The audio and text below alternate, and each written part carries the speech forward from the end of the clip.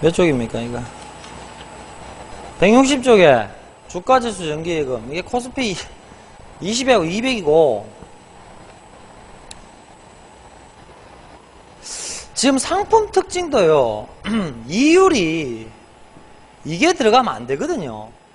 근데 이게 왜 들어갔나 그러면 이게 우체국이 그 주가지수 정기예금이랑 챔피언 정기예금을 같이 팔았어요. 같이. 그래서 지금 이게 들어간 것 같은데 일단은 여러분들 고치실 거는 코스피 200으로 고치시면 되고요. 코스피 20은 있을 수가 없습니다. 이래 20개 종목 가지고 잣대로 사용한다는 거 있을 수가 없고 요 내용은 우리가 앞에서 했던 거 ELD 개념 있죠. ELD 137쪽에 요것만 여러분들 여기에서 이제 주가지수 연동 정기예금은 코스피 200에 뭐 니케이 이거 들어가는데 아까 전에 이게 달라지는 게 달라질 건 없고 아까 전에 이제 우리가 지금 방금 봤던 게 뭐 뭐야 이거 주가지수 정기예금 아까 200 그거 고치시고 요거는 코스피 200 갖고만 움직인다. 코스피 200 갖고만 움직인다. 고래 정리하시고요. 이율은 이게 챔피언 정기예금은 이걸로 주는 건 아니거든요. 요거는 제가 지금 다시 또 출판사 홈페이지 들어가 보니까 그 정오표에 없어요.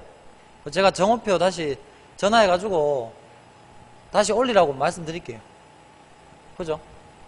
그 앞에 나왔던 ELD죠, ELD. 그걸로 정리를 일단 해주십시오. 그 다음에 요놈은 재밌는 게 뭐가 된다고? 예금자 보호법에 의해서 보호가 된다는 거고, 일단 그 내용이 중요한 겁니다. 그러니까 ELS라든가 이런 거랑 좀 다르다는 거. 그 내용을 좀 봐두시면 될 것 같습니다. 되겠죠? 좀 웃겼습니다. 제가 이건 내일 바로 전화해가지고, 뭐 빠르면 내일, 늦어도 다음 주까지는 제가 정오표를 받아드릴게요. 다음에 170조 환전이 나옵니다. 환전이 뭡니까? 외화를 원화로 바꿔주는 거. 내가 1달러 주면 그 1달러를 뭐 1000원으로 돌려주는 거, 바꿔주는 거. 이게 환전이죠. 자, 어떻게 뭐 미국 US달러, 뭐 일본 엔, 유럽의 유로, 중국의 위안 되겠죠. 위안 같은 경우는 지폐만 되고 주환 안 되고 미화 10,000달러 이하만 어떻게 된다? 환전이 가능하다는 거. 되겠죠? 취급 우체국은 다 되는 게 아니고 지금 밑에 나와 있는 21개만 어떻게 된다? 된다는 거. 되겠지? 자, 취급 형태. 고객으로부터 매입한, 여기서는 매입, 산다는 표현을 씁니다. 우리가 환전, 돈을 바꾼다고 하지만 실제 이 금융시장에서는 외화를 사고 판다고 표현을 하거든요. 그래서 이제 매입이라는 표현을 썼고요. 매입. 오늘 날씨가 덥습니다. 의외로 밤에. 후덥지근합니다 지금.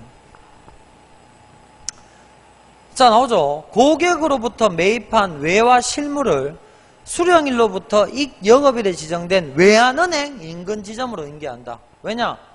외환은행이 우리나라에 외화를 담당하는 은행이니까. 외환은행. 취급시간은 뭐 우체국 금융업무 취급시간 9시부터 4시 반까지. 근데 4시 반이 아니고 이것도 4시까지라 보셔야 되죠. 어차피 우체국도 4시까지 밖에 안 하니까. 시간은 조금 바뀌었죠. 다음에 뭐 근데 시간이 그렇게 중요한 건 아니고.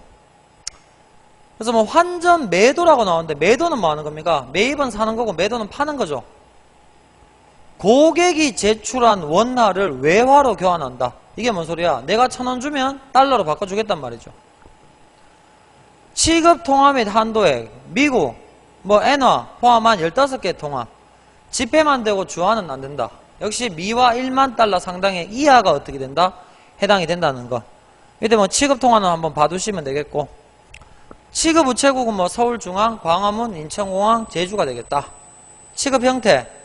고객이 우체국 창구에 제출한 원화를 외화로 즉시 교환해서 바꿔준다. 역시 뭐 취급시간은 우체국 금융창구랑 같은 내용이고. 다음에 뭐가 있습니까? 환전 예약 서비스라고 있네요. 예약 서비스. 어디에서? 고객이 사전에 예약을 하고 인천공항 우체국에서 외화 실물을 수령하는 방법. 우리가 이제 외국 나가기 전에 어떻게 됩니까? 여기서 바꿔서 가면 된단 말이죠. 취급 통화 및 한도. 한도는 똑같이 $10,000 이하고요. 뭐 미국 US 달러, 일본 엔화 뭐 다 같은 내용입니다. 취급 통화 밑에 봐두시면 되겠고. 취급 형태를 보시게 되면 우체국 창구 방문, 원화 납부, 고객이 지정한 날짜 인천공항 우체국에서 외화실물을 수령한다. 취급 시간은 같고요. 외환은행 인천공항 지점에서 뭐합니까? 우체국 금융시간이 끝나게 되면 외환은행 인천공항 지점에서도 뭐한다? 수령이 가능하다. 되겠죠? 자, 예약 서비스 신청 취소, 당일 취소 어떻게 된다? 당일 금융 업무 시간에 하나고 해당 거래가 발생된 우체국에서 원거래 환율을 적용해서 취소한다. 그러니까 내가 손해볼 수가 있단 말이죠. 다음 이길 취소, 그 다음날 해당 거래가 발생된 우체국에서 고객이 신청하면 인천공항 우체국에서 지급 처리 후 이를 고객의 계좌로 입금을 처리해준다. 이렇게 뭐 취소도 가능하다는 거 봐주시면 됩니다. 그래서 우체국은 여러분들 뭐 외화 송금 가능하고요. 뭐 송금뿐만 아니라 외국에서 우체국으로 돈을 보낼 수도 있고, 다음 우체국에서 외화를 우리나라 돈으로 바꿀 수도 있고, 우리나라 돈을 외화로 바꿀 수도 있다는 거. 그만큼 뭐 종합금융기관으로 역할을 많이 이제 넓혀가고 있다는 거. 그 내용만 봐두시면 되겠습니다. 이게 중요한 건 아니고요. 근데 아까 전에 했던 건 그거죠. 스위프트하고 USD 타발 송금 서비스. 이건 좀 봐두시고. 자, 다음에 이제 전자금융 서비스가 나오는데, 이건 우리가 어차피 앞에서 했던 겁니다. 자, 인터넷 뱅킹, 뭐 모바일 뱅킹, 스마트폰 뱅킹, 홈 뱅킹, 뭐 자동화 기기. 아, 모바일 뱅킹, 스마트폰 뱅킹이 좀 포함이 되는 거죠. 자, 나오죠. 인터넷 뱅킹. 컴퓨터 갖고 인터넷만 있으면 할 수가 있는 그런 서비스고, 예금 서비스, 보험 서비스, 뭐 에버리지 큰 글씨 뱅킹, 다음에 뭐 위젯 뱅킹, 다음에 휴대폰 번호 인터넷 송금 서비스. 이게 뭔가? 그 휴대폰 번호를 넣으면요, 그 사람한테로 자동으로 송금해주는 서비스가 휴대폰 번호 인터넷 송금 서비스. 뭐 이런 것도 이제 하고 있네. 다음 모바일 뱅킹, 휴대폰을 이용하는 건데 뭐 VM 모바일 뱅킹 서비스. 근데 요즘에는 이거 이제 이게 뭡니까? 거의 우리가 이거 하는 거는 이거 일단 이거 받으세요. 스마트폰 뱅킹, 스마트폰 뱅킹. 그러니까 스마트폰 뱅킹이나 인터넷 뱅킹이나 거의 어떻게 됩니까? 서비스가 같다고 보시면 돼요. 이걸 뭐 굳이 구분하고 그러실 필요는 없습니다. 굳이 구분하시고. 근데 요즘에는 전자금융 서비스가 어떻게 된다고? 대세기 때문에 여러분들이 요거는 이제 또 한 문제 정도 어떻게 된다? 다시 나올 수가 있으니까. 뭐 대세를 거스를 수는 없죠. 그 부분만 봐두시면 되고. 다음에 폰뱅킹은 전화기 갖고 하는 거. 근데 요즘에 이거 잘 안 하죠. 그죠? 다 스마트폰 뱅킹 쓰지 누가 이거 씁니까? 아니면 인터넷 뱅킹 하거나. 그죠? 근데 뭐 저희 아버지는 뭐 아직도 뭐 연세가 70이 넘고 이러다 보니까 폰뱅킹을 사용하시긴 하시는데, 뭐 나중에 되면 뭐 이게 스마트폰이 익숙해지게 되면 이제 폰뱅킹은 서서히 어떻게 된다? 사라진다 보시면 되겠죠. 다음 뭐 자동화 기기는 뭡니까? CD ATM 기계를 이용해서 여러분들이 전자금융 서비스를 이용하는 거죠. 예금 및 보험 서비스 이런 거 되고, 연속거래 서비스에서 입금은 어떻게 된다? 1회 이용 한도가 현금은 100만원, 수표는 10매. 초과시는 연속거래 서비스. 입금, 거래 금액 1회 이용 한도 초과시. 입금은 무제한으로 어떻게 된다? 입금할 수 있죠. 쏘리. 입금은, 근데 출금이 이제 뭐가? 이게 있는 거죠. 거래 금액 1회 이용 한도를 초과하면 1일 이용 한도 600만원 내에서 연속 3회만 거래가 가능하다. 그러니까 입금은 무제한인데 출금은 당연히 뭐다? 그 제한이 있는 거고요. 그 다음에 이체는 어떻게 된다고? 거래 금액에 상관없이 1일 이용한도 3천만 원 내에서 연속 3회까지 거래가 가능하다는 거. 왜냐하면 이거는 이게 무제한으로 이걸 하기가 힘든 게 뭐 분실이라든가 이런 또 위험이 있기 때문에 그 출금하고 이체 같은 경우는 뭐다 이렇게 제한을 걸어 두는 겁니다. 다음에 뭐 통신문 서비스 이런 것도 있네. 근데 요즘 뭐 이런 거 항상 거의 없잖아요. 이건 어차피 앞에서 전자금융 서비스 했던 그 내용 갖고 보시면 돼요. 뭐 특별한 건 없고요. 넘어가시고. 다음에 이동우체국. 이동우체국. 이게 이제 뭐 하는 겁니까? 말 그대로 뭐 차라든가 이런데 뭐 수레에다가 이제 우체국 이제 끌고 다니면서 거기서 뭐 하는 거? 예금. 그 우리가 앞에서 했었잖아요. 그게 어딨나 그러면.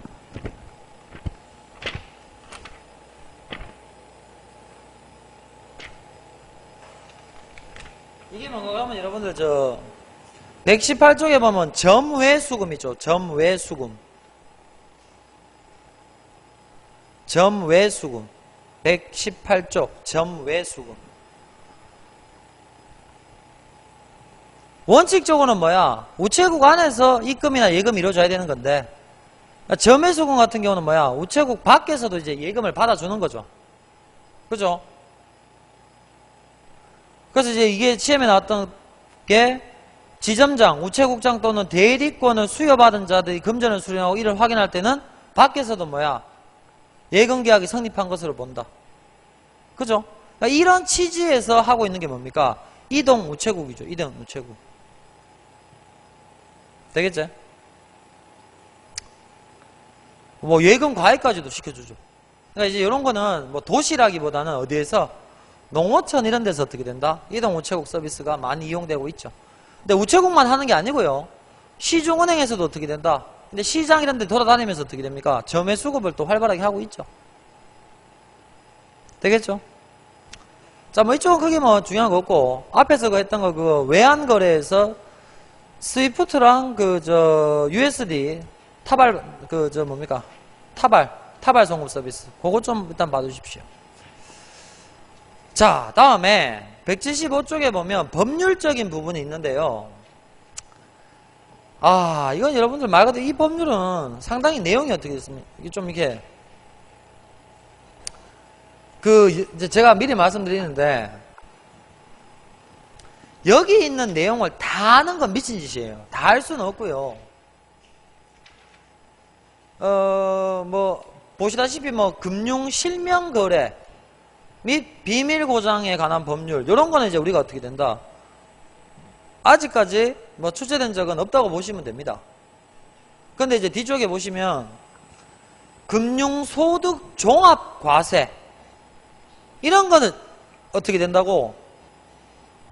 그나마 나올 수가 있는 그런 부분이에요.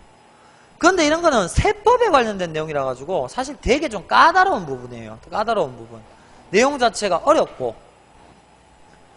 다음에 뭐 이런 거 뭐 조세 특례 제한법에 의한 분리과세 금융소득 이런 거는 사실 우리가 할 거는 제가 봤을 때 아니라고 봅니다. 그죠? 근데 이제 이게 잠깐만요. 이게 이제 시험에 나왔던 내용은 이런 거야.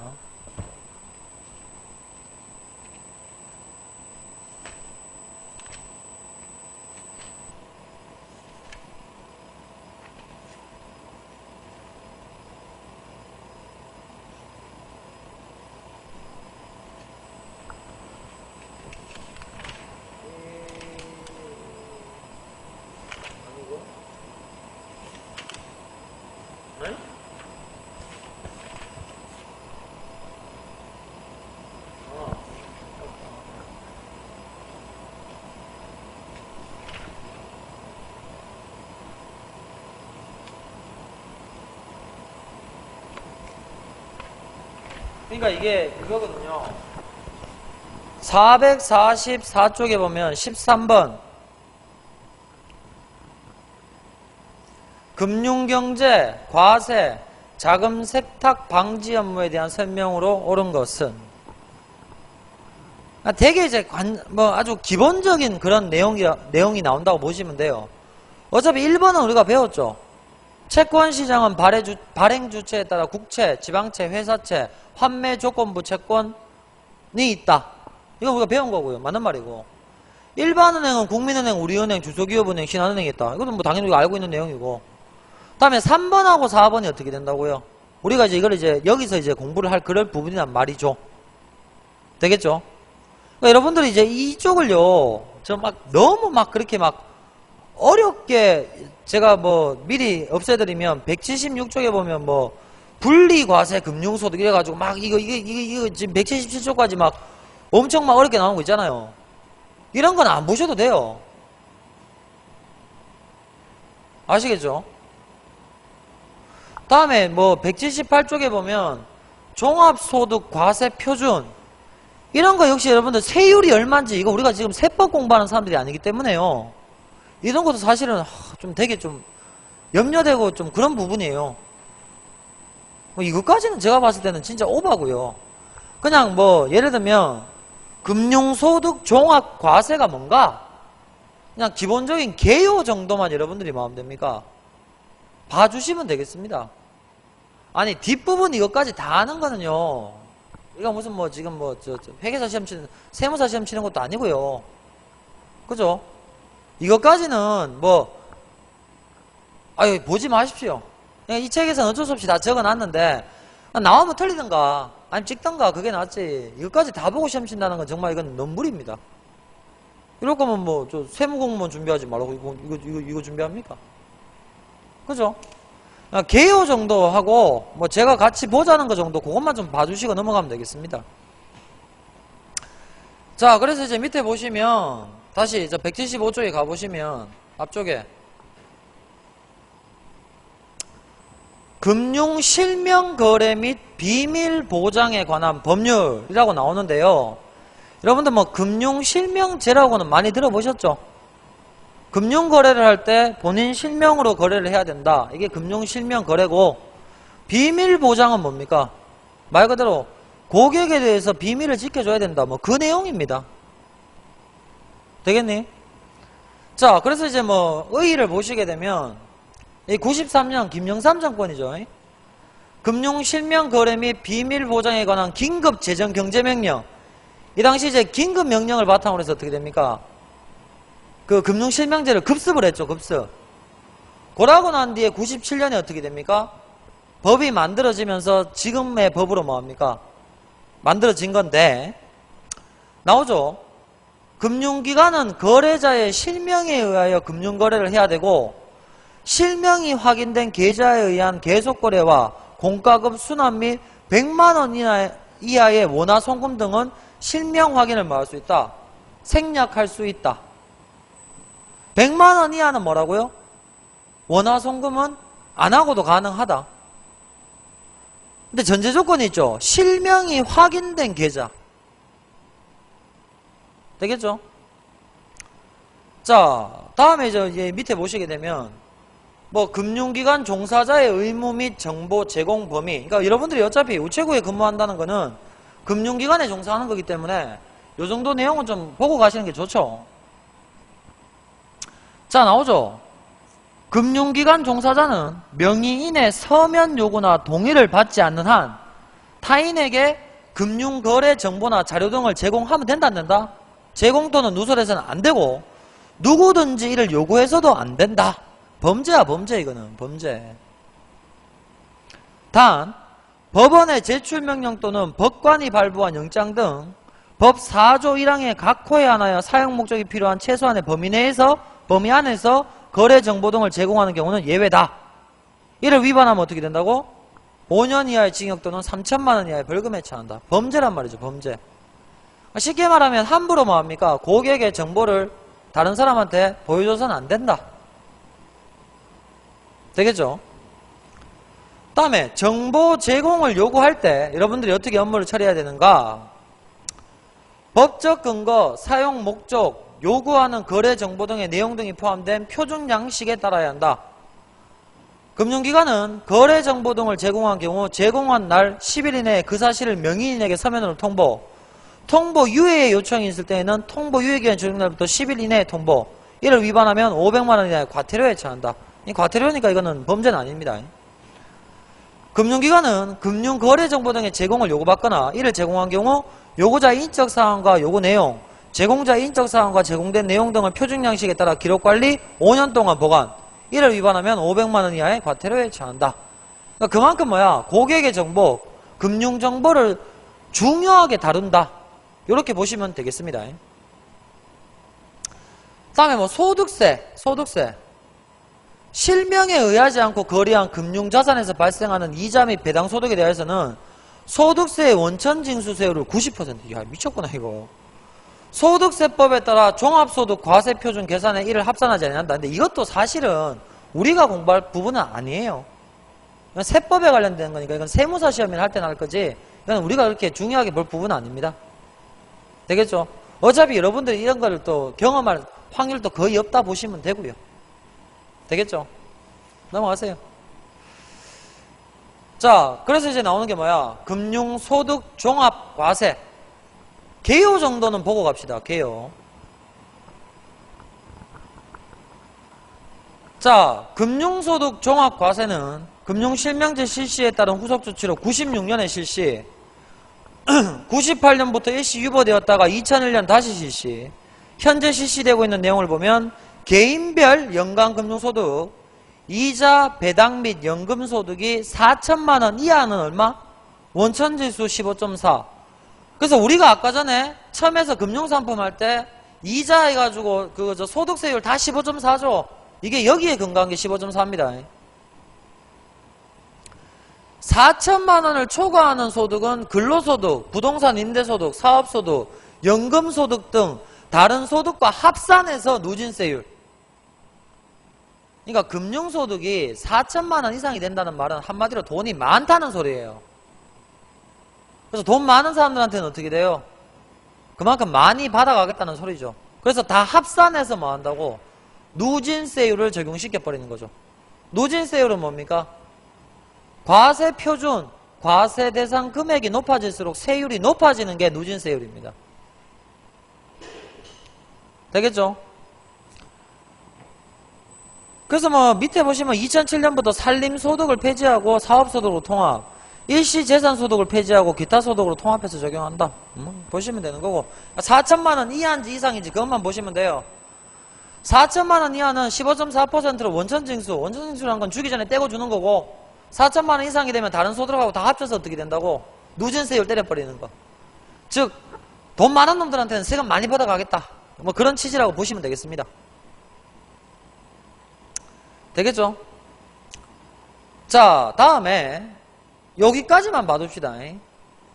소득의 종류와 과세 방법이 나오는데, 이건 소득세법상의 소득입니다. 종합소득, 이자소득, 배당소득, 부동산 임대소득, 사업소득, 근로소득, 연금소득, 뭐 다음 기타소득, 이게 종합소득이고요. 퇴직소득이 뭐야? 퇴직금 받는 소득이 퇴직소득. 양도소득은 뭐야? 대표적으로 이제 그 양도소득세라고 있는데요. 만약에 내가 아파트를 1억에 샀는데 1억 2천에 팔았다. 내가 아파트를 양도하면서 얼마를 벌었어요? 2천만 원을 벌었죠. 이게 무슨 소득입니까? 양도소득입니다. 이게 그 소득세법상의 소득의 종류입니다. 되겠죠?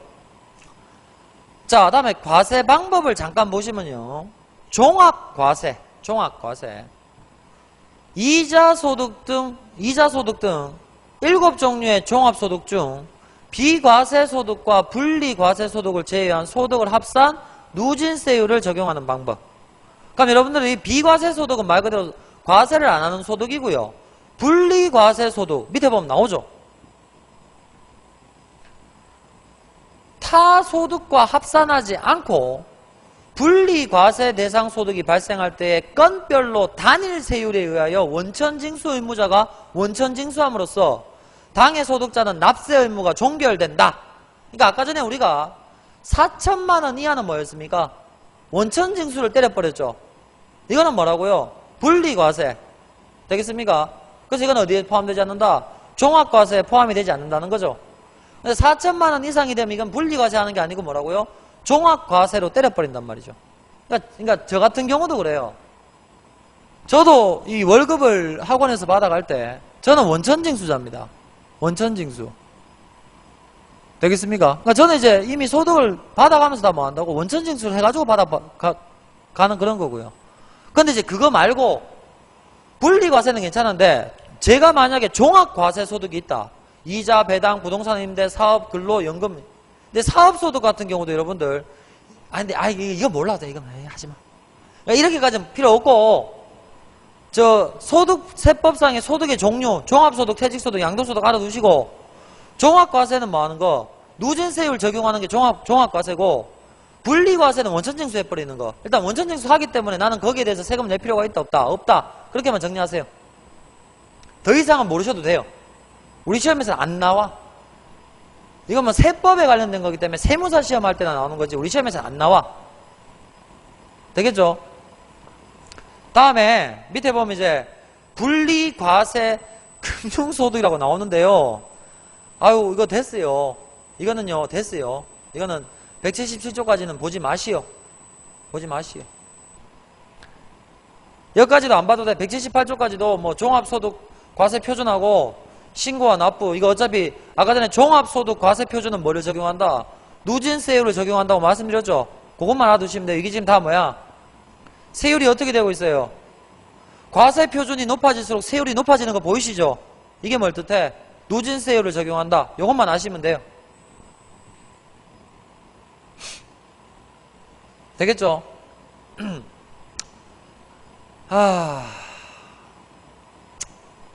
다음에 뭐가 나온다? 자금 세탁 방지 제도. 뭐 여러분 돈 세탁이라고 들어보셨죠? 이거는 범죄입니다. 범죄.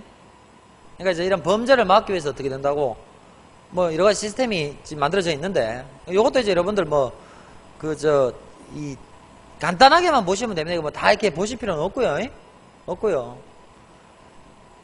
자 나오잖아요. 자금 세탁 방지 제도란 국내 국제적으로 이루어지는 불법 자금의 세탁을 적발 예방하기 위한 법적 제도적 장치, 사법제도, 금융제도, 국제협력을 연계하는 종합관리 시스템. 그래서 여러분들 요즘에 그 재밌는 게 뭐야? 페이퍼 컴퍼니라고 들어보셨죠? 외국의 유령에서 설치해서 뭐 하는 거? 조세 피탈하는 거. 이게 일종의 다 뭐에 관련된 겁니까? 자금 세탁에 관련된 그런 겁니다. 자 나오죠. 자금 세탁의 개념은 일반적으로 자금의 위법한 출처를 숨겨 적법한 것처럼 위장하는 과정. 그러니까 부당하게 위법하게 돈을 벌어서 적법하게 번 것처럼 속이는 거. 이게 자금 세탁이죠. 각국의 법령이나 학자들 연구 목적에 따라 구체적인 개념은 다양하다. 우리나라의 경우만 알아두시면 돼요. 밑줄 쳐요. 불법 재산을 취득, 처분 사실을 가장하거나 그 재산을 은닉하는 행위 및 외국한 거래 등을 이용한 탈세 목적으로 재산의 취득, 처분 사실을 가장하거나 그 재산을 은닉하는 행위로 규정하고 있다. 그래서 지금 이제 이런 게 그래도 우리 시험에서는 출제될 수 있는 확률이 있는 게 요즘에 그 페이퍼 컴퍼니, 조세피탈 이것도 다 일종의 뭡니까?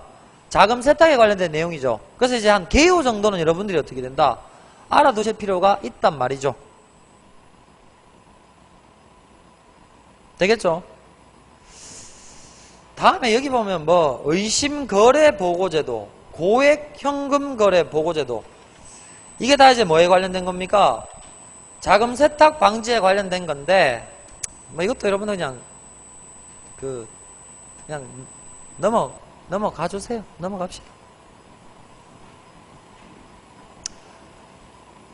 자 다음에 이제 여기 보면 이제 뭐 고객 확인 제도라고 지금 나와 있는데 이건 이제 뭐 기출이 됐던 내용인데 여러분들 아까 기출도 그 개념을 보시면 뭐 개요라든가 아주 간단한 내용만 나왔기 때문에 여러분들이 뭐 이렇게 다 봐주실 필요는 없고요.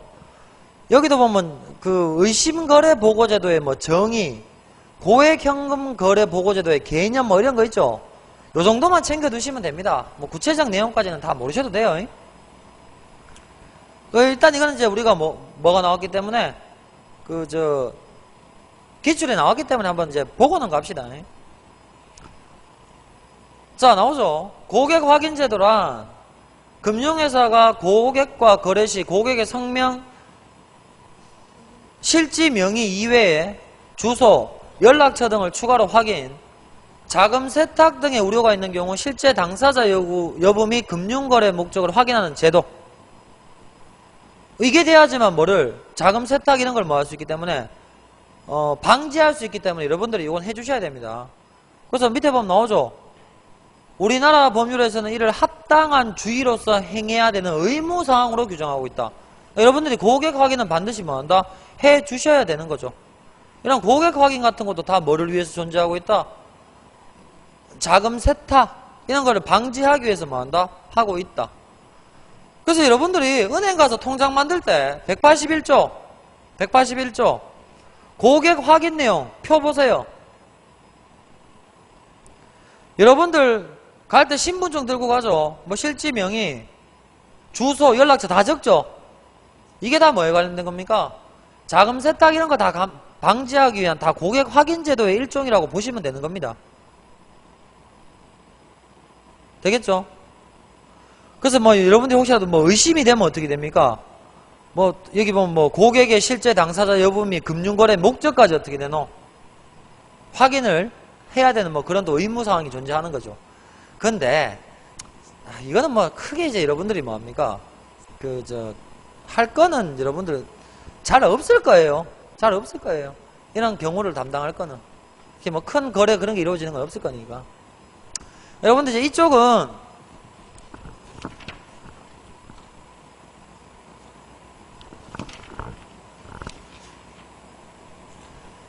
그러니까 이거죠. 13쪽에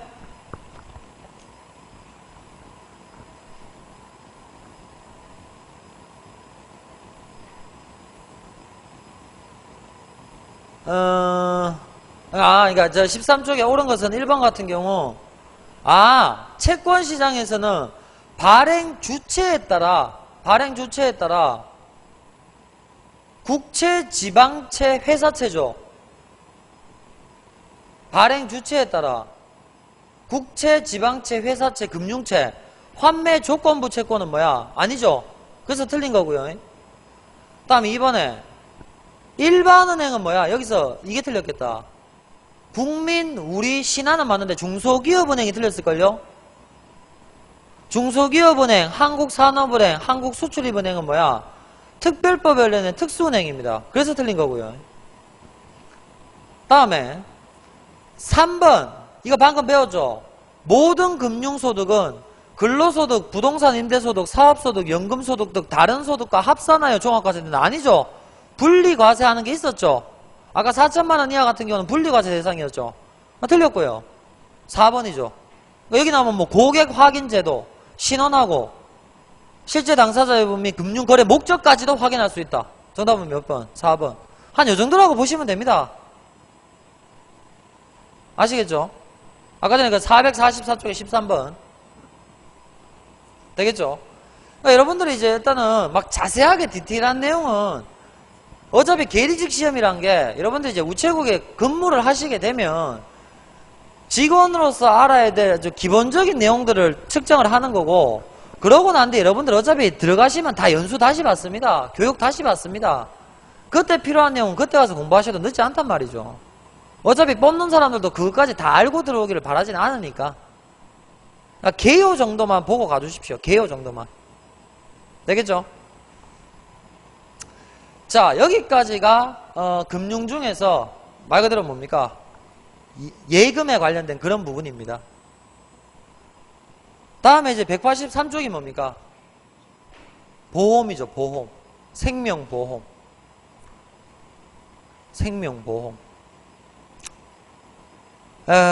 이것도 이제 여러분들 얘기 한번 보실까요? 198쪽 보세요.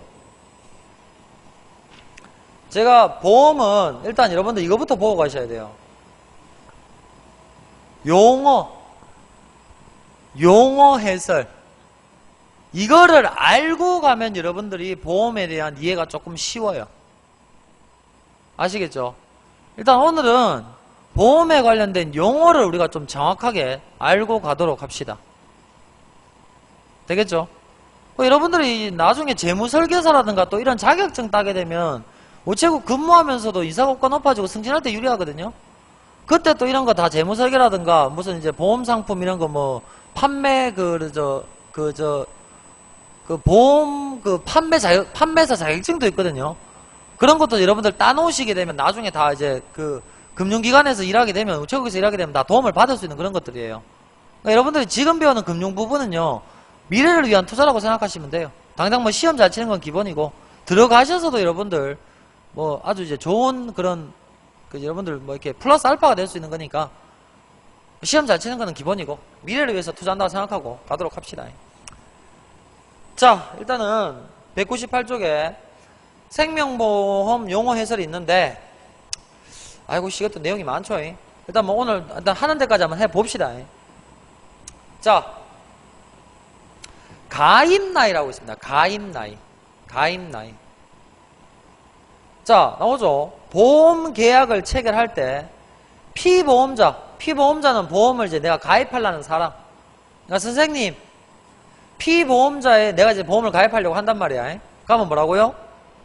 피보험자의 연령으로서 보험 종류에 따라 각각 제한되고, 이게 뭔 소리입니까? 나이 너무 많은 사람한테 종신보험 들어줄 수 없는 거죠. 언제 죽을지 모르는데. 그럼 보험료 얼마 받지도 못하고 보험료 줘야 되잖아요. 그럼 손해가 크겠죠. 그래서 보험은 상품별로 나이 제한이 다 다릅니다. 여러분들 CF 이런 거 있잖아요. 뭐 이순재, 나이가 많다고 거절당하거나 이런 거 있죠. 되겠죠. 각각 제한되고, 보험 기간에 따라 일부 제한하는 상품도 있다. 보험 기한에 따라서. 일반적으로 보험 나이와 동일한 의미로 사용된다. 그래서 이제 뭐 제 친구도 보면 보험 회사에서 일하는 뭐 이렇게 애들 있는데, 걔들이 이제 나한테 얘기해 주는 게, 보험 나이랑 우리가 일반적으로 말하는 나이랑 같다 다르다. 달라요. 뭐 제가 나이가 올해가 나이 몇 살이고? 38인가? 뭐 하여튼 그렇거든요. 38인가 될 거예요. 76년생이면 38 맞나? 뭐 하여튼 그렇거든요. 그러니까 지환이 같은 경우가 지금 우리나라 나이로 4살. 우리나라 나이 4살. 근데 만 아직 3살도 안 됐죠. 되겠죠. 저 같은 경우는 4살 맞지 싶다니까.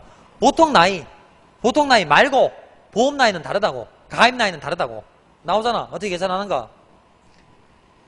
계약 일자에서 생년월일을 차감, 6개월 미만은 버리고 6개월 이상은 더하고. 이게 가면 한번 예를 들어 볼까요? 계약 일자를 얼마로 해보자. 2013년 10월 7일이라고 해보자. 되겠죠? 계약 일자 오늘. 다음에 나오지 생년월일.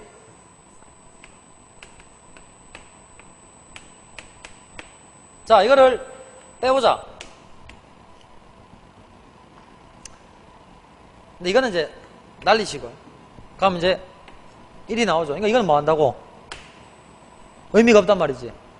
6개월 미만이니까 날려버리고, 그럼 이것만 계산하면 된단 말이지. 얼마? 어우 씨, 어렵다. 7 날라가고. 저는 지금 보험 나이, 가입 나이가 얼마예요? 37살이거든요. 되겠죠? 그래서 보험 나이와 우리가 말한 나이는 다르단 말이에요. 되겠죠? 그래서 여러분들이 보험 상품을 팔 때는 나이에 따라서 가입이 안 될 수도 있죠. 그러니까 여러분들이 그 보험 상품을 판매할 때 반드시 뭘로? 보험 나이, 가입 나이로 계산을 해가지고 보험 상품을 팔아야 된단 말이에요. 되겠죠? 다음에 그렇죠. 가입 제한. 자, 나오죠. 생명보험 계약에 있어서 역선택을 방지한다. 여러분들 역선택이 뭔가 그러면 잘못된 선택이라 보시면 돼요. 잘못된 선택. 그러니까 왜냐 그러면 여러분들 잘 들어봐. 보험을 가입할 때 피보험자, 즉 우리가 보험회사에 우리의 나쁜 점을 잘 알려주나 안 알려주나? 안 알려주죠? 거짓말을 하죠. 되겠습니까? 그러면 보험회사가 보험을 가입하려고 하면 그 피보험자, 가입자 뒷조사 다 할 수는 없지. 그럼 보험회사 망하죠. 되겠습니까? 그러니까 이제 역선택이란 거는 정보의 비대칭성이에요. 누가 정보를 많이 갖고 있다. 뭐 우리가 많이 갖고 있을 수도 있고 보험회사가 많이 갖고 있을 수도 있죠. 거기서 발생하는 어떻게 보면 비합리적 의사결정이 역선택이라고 생각하시면 돼요. 그러니까 잘못된 의사선택이에요. 역선택 등을 방지하기 위하여 보험 종류에 따라서 보험 계약 금액, 가입 나이, 직업 등에 일정한 제한을 둔다. 나오잖아. 사망을 담보로 하는 경우 우리나라 상법은 15세 미만은 가입할 수 없다. 되겠습니까? 이게 바로 뭐라고요? 가입 제한의 근거죠. 다음에 실무상으로 상해보험, 손해보험, 그러니까 뭐 이렇게 다치면 돈 주는 거 예외로 인정되면 상품에 따라 사망보험금이 없는 경우 만 15세 미만자를 피보험자로 하여 보험계약을 체결할 수 있다. 이게 뭔 소리야? 생존보험 이런 거 이제 예외적인 경우로 사망보험이 없는 경우는 뭐라고? 15세 미만이 가입이 가능하단 말이지. 요거 이제 뒤에 여러분들 상품을 보시면 이해가 됩니다. 그러니까 가입 제한이라는 게 뭔가? 가입 제한 하나만 볼까요?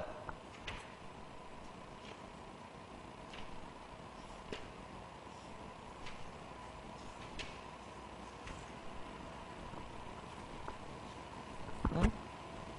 이거 아닌데? 가입 제한이 뒤쪽에 보면 있어. 뒤쪽에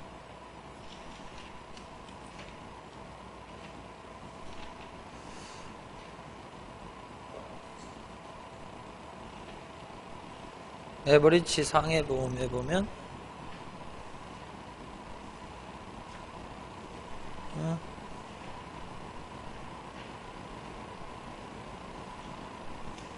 어디 갔노? 가입 요건. 여러분들 가입 요건하고 우리가 방금 했던 가입 제한하고 비슷한 개념이라 보시면 돼요. 이 요건이 갖춰지지 않으면 가입을 어떻게 된다? 할 수가 없단 말이죠. 되겠죠? 가입 요건, 가입 제한 비슷하다고 보시면 되겠습니다. 되겠지? 왜냐? 보험회사 측에서 다 받아주다가는 어떻게 돼? 보험회사도 어차피 돈 벌려고 하는 거잖아요. 딱 망하기 좋단 말이에요. 딱 망하기 좋다고. 되겠죠? 자, 다음 나오죠? 거절체. 이런 표현 참 좀 기분 나쁜 표현인데 나오죠? 정상 피보험체인 표준체, 건강체에 비해서 보험사고의 발생 위험 정도가 너무 높거나 위험 정도 평가가 불가능, 보험계약이 성립될 수 없는 피보험자, 한마디로 보험 들 수 없는 사람이야. 보험 들 수 없는 사람. 정신병자 이런 사람들한테 보험계약 안 되죠. 그런 케이스 말하는 겁니다. 계약 인수가 허락되는 계약체, 표준체, 표준 미달체와 구분된다. 표준체와 표준 미달체는 뭐야? 계약이 가능한 거고, 거절체는 계약을 거절할 수 있는 사람. 그러니까 여러분들 건강보험, 여러분들 그거 요즘에 많이 들죠? 실비보험. 우체국도 실비보험 판매하는데요. 실비보험이 뭐예요? 병원에서 나온 실제 비용을 지급해주는 게 실비보험이죠. 되겠습니까? 근데 실비보험은 어떤 사람들이 가입이 거절됩니까? 거절체가 됩니까? 노상 아픈 사람 있지? 맨날 병원 왔다 갔다 하는 사람. 이런 사람들 보험회사에서 이거 실비보험 가입해줬다가 어떻게 되겠니? 딱 망하기 좋지. 그게 바로 뭐라고? 거절체가 된단 말이야. 거절체. 그러니까 보험 계약을 거절할 수 있는 사람이야. 보험회사 입장에서. 되겠죠? 다음에 나오죠. 건강진단. 보험 가입 시 피보험자의 건강 상태를 진단. 건강진단 결과에 따라 청약된 계약의 승낙 여부. 즉 건강진단을 받은 후부터 청약심사가 이루어진다는 의미이기도 하다. 그러니까 건강진단을 받아서 이 사람 건강이 괜찮으면 어떻게 한다고? 보험을 받아주겠단 말이죠. 근데 요즘에는 건강진단 없이 많은 보험들에 가입이 됩니다. 근데 이제 여러분들 종신보험 이런 거 들어보셨죠? 사망하게 되면 보장자산 보장해주는 거. 1억이면 1억, 죽으면 1억이면 1억, 2억이면 2억 이렇게 주는 거. 근데 종신보험 같은 경우도 1억 원 이하까지는 건강진단을 따로 안 받아요. 근데 금액이 큰 거 있죠. 3억 원 이상. 이런 거는 건강진단을 받게 되어 있습니다. 왜? 아까 전에 가입 제한, 역선택, 몸이 안 좋은 사람인데 어떻게 된다? 그 사람 말만 믿고 보험 가입해줬다가 덜컥 죽어버리면 어떻게 돼? 보험회사가 손해가 크겠죠? 되겠죠? 자, 다음에 계약의 부활, 효력 회복. 자, 이게 뭔 소린가? 나오죠? 보험료 납입 연체. 보험료를 제대로 못 내고 있단 말이야. 해지된 보험 계약이라 할지라도 해약 환급금을 받지 아니한 경우, 보험을 해약하면 돈을 다 받지는 못해도 내가 내어놓은 돈 중에서 일부를 받을 수 있죠. 그게 해약 환급금입니다. 해약 환급금을 받지 않은 경우 해지일로부터 일정 기간 2년 내에 연체된 보험료와 해당 이자를 납입하고 부활 청약을 할 경우 채신관서가 이를 승낙하면 계약을 원래 상태로 회복할 수 있는 제도. 근데 당연히 뭐를 받으면 안 되고, 해약 환급금을 받으면 끝나는 거고, 안 받았을 경우 2년 이내에 뭐 할 수 있다고? 보험료 밀린 거 다 내고 혹시나 거기서 이자까지 다 주면 뭐 할 수 있다고? 보험을 살릴 수 있다고. 되겠죠? 근데 이거 절차 까다롭습니다. 이거 절차 까다롭습니다. 괜히 돈도 많이 들어가고. 그래서 여러분들 보험은 정말 신중하게 드셔야 돼요. 해지할 거면 안 드는 게 나아. 보험은 중간에 해지하면 무조건 손해야.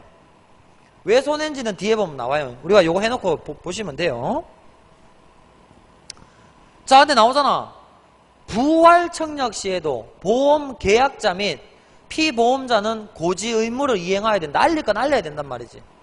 만약에 처음에 보험 가입할 때는 건강했는데 보험 부활할 때쯤에 아파졌다. 그러면 어떻게 돼?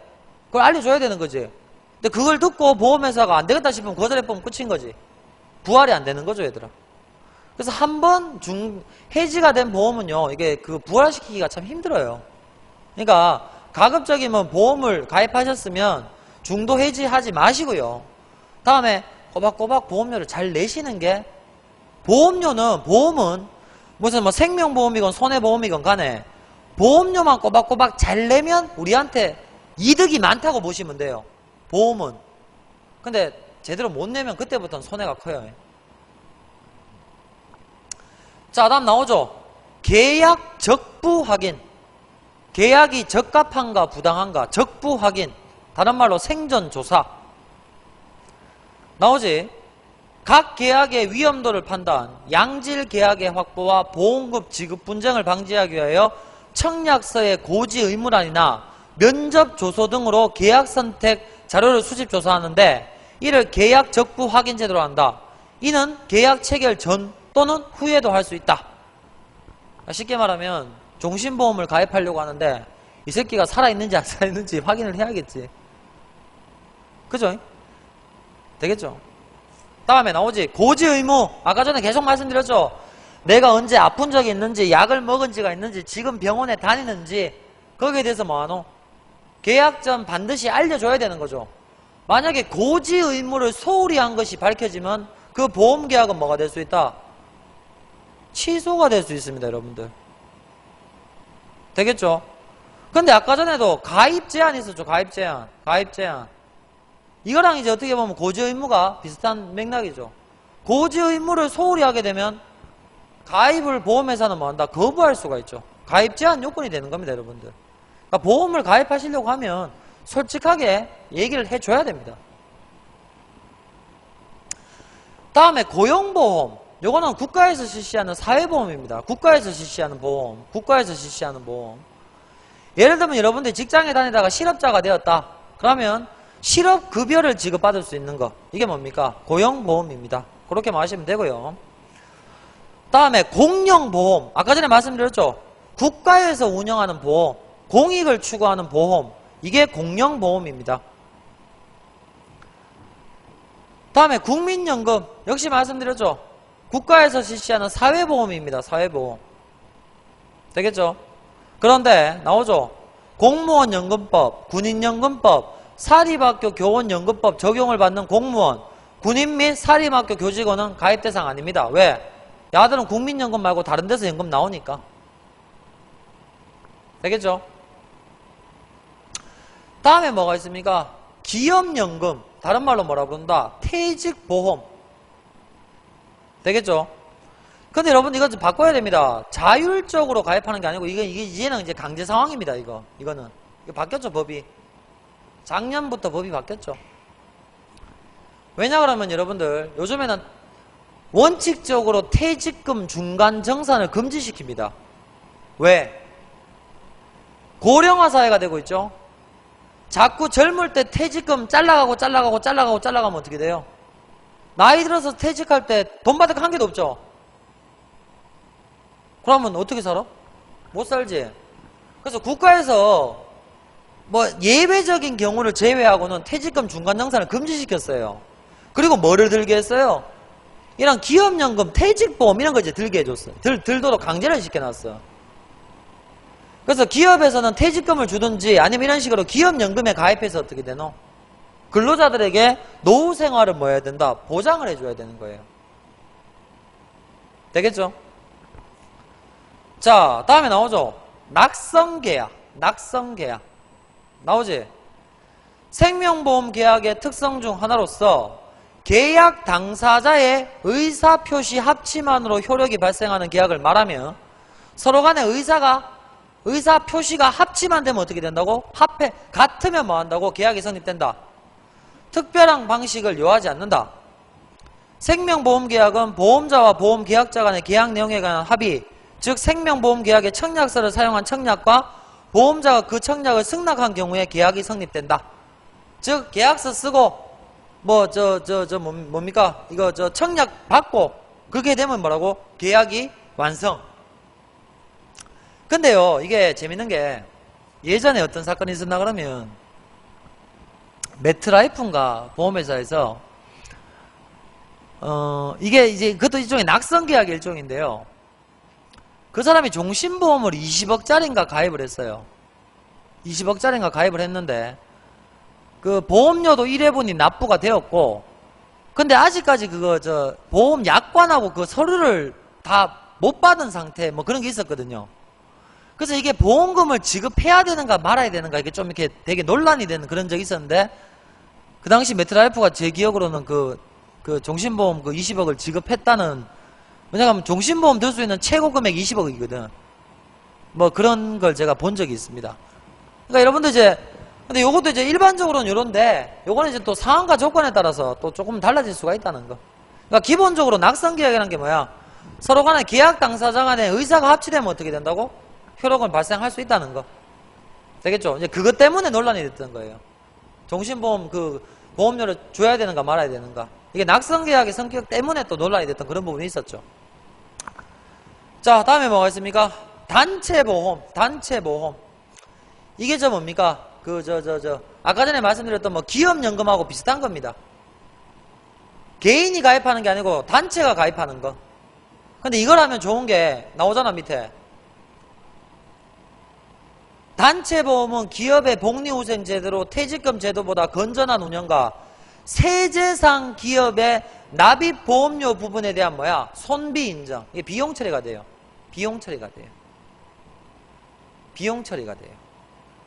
그래서 어떻게 보면 기업 입장에서는 이건 단체보험, 뭐 퇴직연금 이런 거 가입해가지고 운영하는 게 오히려 더 어떻게 된다? 기업 입장에서는 효율적이라 볼 수가 있죠. 근데 우리나라 기업 보면 물론 대기업이라든가 이런 데는 크게 관련 없는데요. 소기업 같은 경우 이런 게 제대로 정착이 안 되고 있는 거 그런 게 문제죠. 자, 다음에 뭡니까? 뭐 대수의 법칙이라고 나오는데 이거 아까 전에 제가 코스피 20 말도 안 된다고 말씀드렸죠. 적은 거 갖고는 뭘 못 찾아내요? 일반적인 법칙을 찾아낼 수가 없어요. 근데 그 숫자가 많아질수록 어떻게 된다고요? 일반적인 법칙을 찾아낼 수 있는 거. 이게 대수의 법칙이죠. 되겠습니까? 적은 규모 소수로는 불확정이나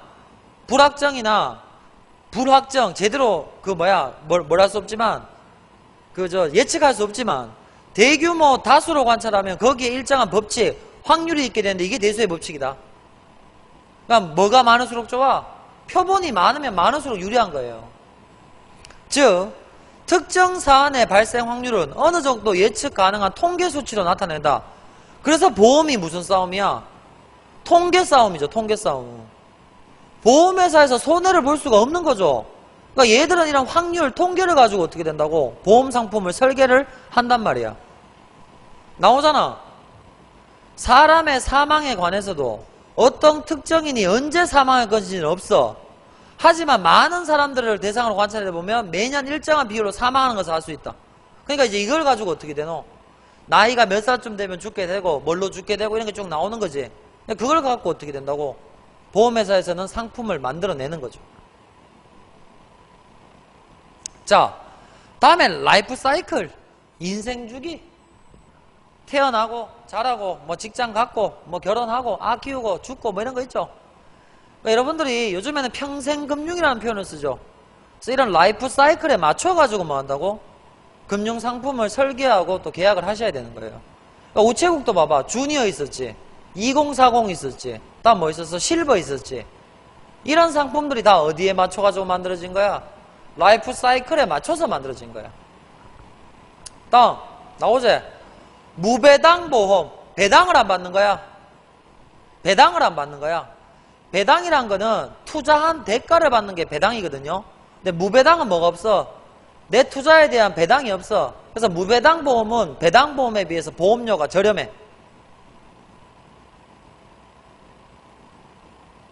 되겠습니까? 그래서 나오잖아.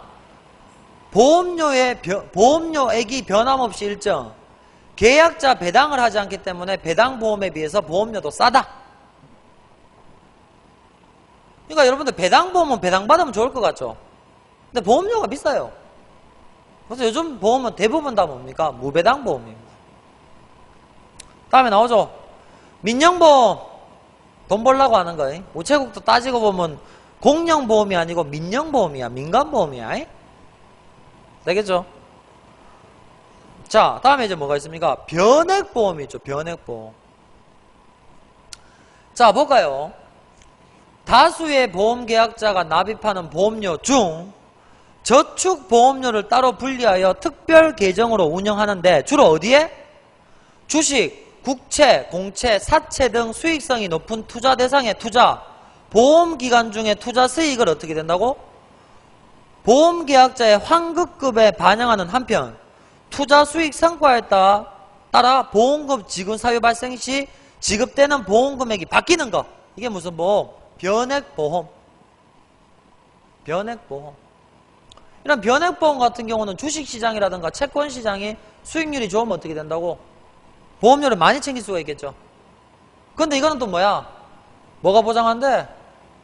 내가 납입한 보험료 원금은 보장 안 될 수가 있습니다. 수익성이 높으면 그만큼 뭐가 떨어진다? 안정성은 떨어지는 겁니다. 이게 뭐라고? 변액보험. 자, 다음 나오죠. 보험금. 보험계약이 만료. 피보험자는 보험을 가입한 사람, 보험의 대상이 되는 사람. 보험가입자와 피보험자는 좀 다른데 보통 같이 씁니다. 보험가입자와 피보험자는 그 보험상품의 대상이 되는 사람이 피보험자입니다. 피보험자가 보험사고, 사망, 장애, 입원, 수술, 만기는 아까 전에 했었거든요. 만기 등을 당하였을 경우 보험회사가 보험 수익자에게 뭐 한다고? 지급하는 금액. 만약에 내가 사망했다. 그러면 내가 사망했으니까 나한테는 줄 수 없지. 그럼 누구한테 준다고? 내 마누라든가 내 자식한테 어떻게 된다고? 보험금이 가는 거. 보험금이 간다고 보험금 받았다 이런 표현 쓰죠. 되겠죠? 말 그대로 보험금. 다음에 이거 아까 얘기했었지. 보험계약자. 보험에 가입하는 사람. 자기의 이름으로 최신관서는 보험회사야. 보험관서와 계약을 체결하고 보험료 납입 의무를 지는 사람. 이게 보험계약자야. 보험계약자. 다음에 어디 갔노? 역시 피보험자가 없노. 피보험자는 뭐 하는 거? 그 보험 상품의 대상이 되는 사람이 피보험자야. 그래서 보통 보험 가입자와 피보험자는 일치하는 게 대부분이야. 근데 여러분 이런 게 있대.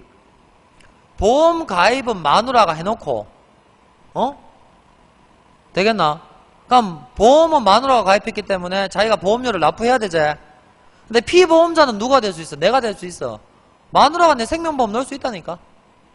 그러면 그때 이제 가입자는, 보험 가입자는 생 마누라가 되고 피보험자는 누가 되는 거예요? 제가 되는 거죠. 근데 웬만하면 보험 가입자와 피보험자는 뭐하게 돼 있다? 일치하게 돼 있습니다. 여기서 보험 계약자라고 적었는데 보험 계약자는 뭐 보험 가입자 같은 뜻으로 봐주시면 되고, 다음에 보험기간, 최신 관서는 그냥 보험회사라고 합시다. 보험회사. 보험회사는 보험계약에 따라 어떤 일정한 기간 내에 발생한 보험금 지급 사유에 대해서 보험금을 지급한다. 그 일정 기간이 뭐라고? 보험기간 혹은 위험기간, 책임기간.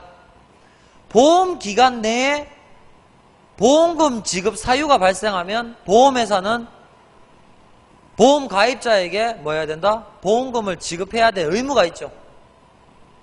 되겠죠? 자, 다음에 뭐가 있다? 보험금이 있죠. 당연히 보험에 가입했으면 보험금을 납부해야 되죠. 보험계약자가 보험계약에 따라 보험회사에 납부한 금액, 보험금 지급을 충당하기 위한 순보험료와 보험사업을 영위하는 데 필요한 부가보험료로 구성된다. 순보험료 플러스 부가보험료. 순보험료는 저축보험료와 위험보험료, 부가보험료는 신계약비, 유지비, 수금비로 나눌 수 있다. 요건 앞에서 보면 이제 앞부분에서 다시 또 자세하게 나올 거예요. 다음에 나오죠. 보험료 납입 유예기간, 유예. 뒤로 미룬다고. 살다 보면 돈이 없을 수도 있죠. 되겠죠? 그 다음에 어떻게 된다고? 나오지?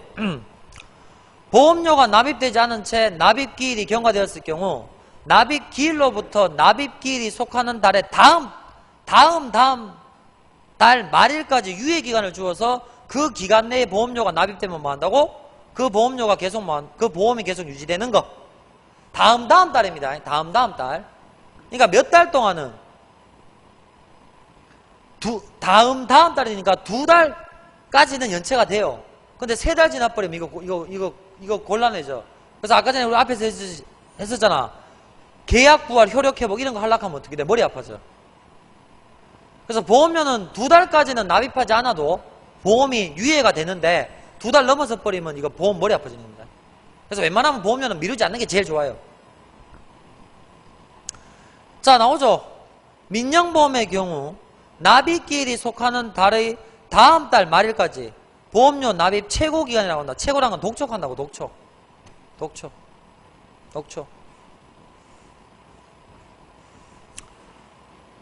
자, 다음 뭐가 있다? 보험 모집. 보험 상품 파는 거. 일반 대중을 상대로 보험계약을 신청하도록 그들을 설득, 권유. 보험상품은 일반 상품과 달리 무형의 상품, 모집활동이 생명보험 상품의 판매에 매우 중요. 광의의 의미로 모집이란 계약의 체결 또는 중개를 말한다. 쉽게 말하면 보험 모집, 보험 파는 거잉. 근데 보험 모집하는 것도 요건이 되게 까다롭습니다. 허위 과장하고 이런 거 절대 안 되고요. 다음에 나오죠. 보험사고. 이게 진짜 골 때리죠. 나오죠. 보험 계약에 따른 보험금의 지급 업무를 구체화한 사고.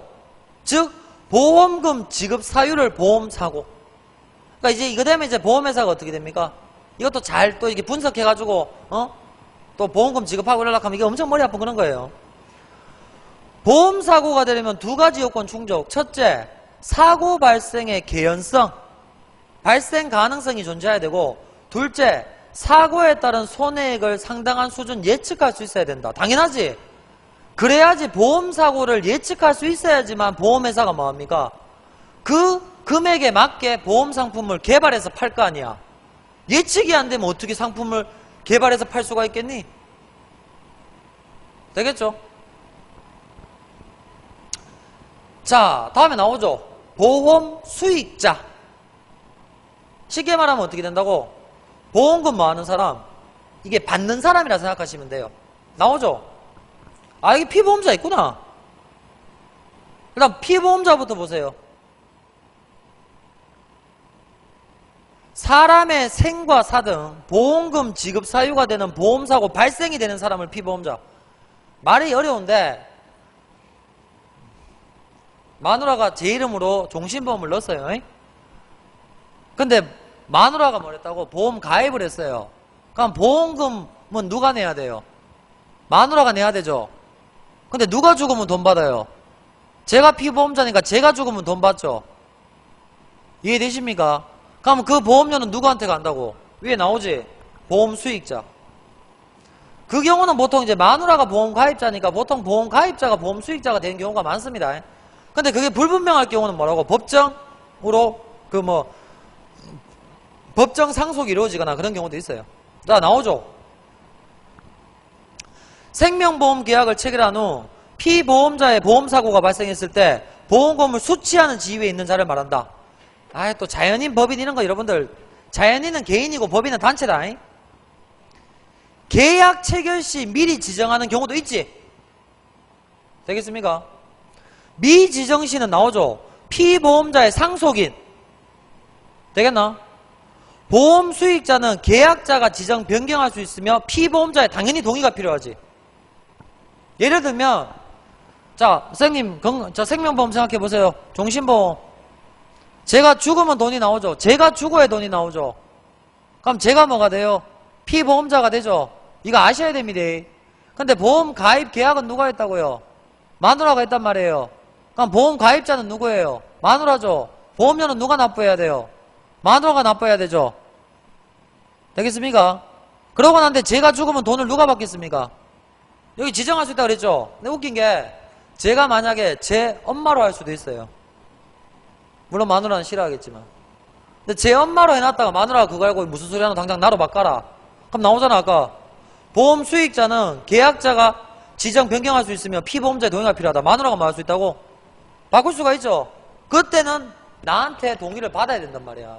왜? 내가 죽어야 돈 나오잖아. 그래서 보통은 뭐가 일치합니까? 피보험자와 보험 가입자는 일치해요. 왜? 내 보험 내가 들잖아. 내 보험 내가 드니까 내 맘대로 바꿀 수 있단 말이야. 왜? 피보험자와 보험 가입자가 일치하니까 동일 인물이니까 마음대로 바꿀 수 있다고. 되겠죠? 그래서 보통은 생명보험에서 종신보험 이런 거는요, 법정 여기 나오는 거 뭡니까? 이거 여기 어디가? 이제 법정 상속 보통 이제 법대로 됩니다. 법대로 마누라한테 가고 마누라 없으면 자식한테 가고 뭐 이렇게 갑니다. 그래서 아까 선생님 얘기했지. 보험 계약자와 보험 수익자가 동일한 경우 나를 위한 보험이지. 내가 계약해서 내가 타먹는단 말이야. 되겠니? 이런 건 뭐가 있겠니? 뭐 실비보험 이런 거 있겠죠. 건강실비보험. 내가 계약하고 내가 보험료 타잖아. 내가 아파서 병원 가면 내가 돈을 받잖아. 나를 위한 보험이고, 다를 경우는 타인을 위한 생명보험. 이게 뭐야? 종신보험 이런 거지. 돈을 누가 받아? 타인이 받으니까. 되겠죠? 그래서 남학생들은 뭐가 필수다? 종신은 필수입니다. 남학생은 종신인데, 남자들은 그래도 가장이기 때문에 결혼하고 갑자기 어떻게 잘못되면 안 되죠. 그래서 종신보험은 남자들은 필수로 넣어 두셔야 돼요. 웬만하면 젊을 때 넣으세요. 여러분들 같은 경우는 지금 다 가입 대상 되니까 젊을 때 넣으면 훨씬 싸요. 젊을 때 넣으면 싸요. 그리고 여러분들 종신보험이라든가 실비보험이라든가 건강보험에 관련된 상품들은요, 여러분들 병원 다니거나 혈압약 먹고 이렇게 병원에서 진단 떨어지고 이러면 가입 거절될 수 있거든요. 그러니까 특히 남학생들은 술, 담배 이런 거 많이 하기 때문에 미리미리 젊을 때, 한 살이라도 젊을 때 쪼개서라도 보험 넣어두세요. 그게 훨씬 더 정말 미래를 위한 투자입니다. 미래를 위한 투자. 다음에 나오지. 보험 약관. 약관 중요하죠. 보험회사와 계약자 간의 권리 의무를 규정해 약속해 놓은 것이 보험 약관. 약속이야, 약속. 다수의 보험 가입자가 집단을 형성, 조직되어 있기 때문에 개개인마다 서로 내용이 다른 보험 계약을 체결하는 것은 불가능. 따라서 보험회사는 미리 계약의 조건과 내용을 정한 약관을 작성해서 누구나 공평한 조건으로 계약을 체결할 수 있도록 해야 된다. 그래서 여러분들 보험 계약할 때는 반드시 어떻게 된다? 약관을 읽어보고, 약관을 읽다가 모르는 내용이 나오면 어떻게 되노? 그 보험 그 가입 그 뭡니까? 그 판매자한테 그 내용을 확실히 물어보고 100% 내용을 이해하고 난 뒤에 보험을 가입하셔야 됩니다. 왜냐? 이 약관에 따라서 지급 거절될 사유도 발생할 수 있거든요. 되겠죠? 다음에 보험자는 뭡니까? 보험회사. 보험사고가 발생하면 보험료 줘야 되는 애들. 얘들 뭐? 보험자, 보험회사. 되겠죠? 다음에 보험중개인. 이 사람들은 보험회사에 일하는 게 아니고요. 소위 말하는 프리랜서야, 프리랜서. 자기가 보험을 따와가지고 이렇게 연결시켜주는 거. 나오잖아. 불특정 다수의 계약자 및 보험회사를 위하여 독립적으로 보험계약의 체계를 중개하는 자. 보험중개인. 이건 보험회사에 소속된 게 아니고 자기가 개인적으로 이제 보험상품 판매하고 일하는 거. 그러니까 보험회사에 일하는 사람은 단점이 뭐야? 그 회사 보험상품밖에 못 팔죠. 하지만 보험중개인은 어떻게 돼? 왜냐하면 얘들아, 보험상품이 회사마다 다 달라. 뭐 메트라이프는 종신이 괜찮고 뭐 알리안츠는 연금이 괜찮고 이게 다 다르거든요. 근데 그 회사에 근무하면 그 회사 상품밖에 못 팔잖아요. 어떻게 보면 고객 입장에선 손해겠죠. 근데 보험중개인은 어떻게 돼요? 자기가 봤을 때 각 상품별로 가장 좋은 상품을 고객에게 맞춤 판매할 수 있죠. 그리고 보험회사도 나쁠 거 없죠. 보험중개인이 자기 보험 팔아주면 좋잖아요.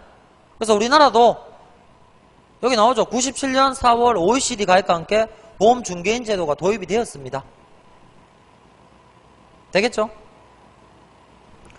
다음에 뭐가 있습니까? 보험가입증서, 보험증서. 내가 뭐 했다고? 보험가입을 했다. 증명하는 문서. 되겠죠? 다른 말로 뭐라 부른다? 보험증권. 권리를 증명한다. 되겠죠? 자, 다음에 나오죠. 부가보험료. 보험사업, 즉 보험계약을 체결, 유지, 관리하기 위해 경비에 해당되는 보험료. 뭐 신계약비, 유지비, 수금비. 아까 전에 보험료에 보면 뭐가 있었습니까? 부가보험료 있었죠? 그 얘기 똑같은 거죠. 신계약비는 모집 보상금, 증서 발행 등 신계약 체결에 필요한 재경비, 일체 경비, 여러 경비. 유지비는 계약 유지 및 자산 운용 등 필요한 여러 경비. 수금비는 보험료 수금에 필요한 여러 경비. 제자가 여러 제자입니다. 여러 제자. 되겠나? 그러니까 여러분들 재밌는 게 우리가 내는 보험료에는 보험 체결하려고 들어가는 신계약비, 유지하려고 들어가는 유지비, 다음에 우리 보험료 받으려고 들어가는 수금비 다 포함되어 있어요. 되겠습니까? 그게 바로 아까 전에 말씀드렸던 순보험료와 부가보험료. 아까 전에 했던 거 있죠? 되겠죠? 이제 그런 내용들 여러분들 다 알아두셔야 되는 거예요.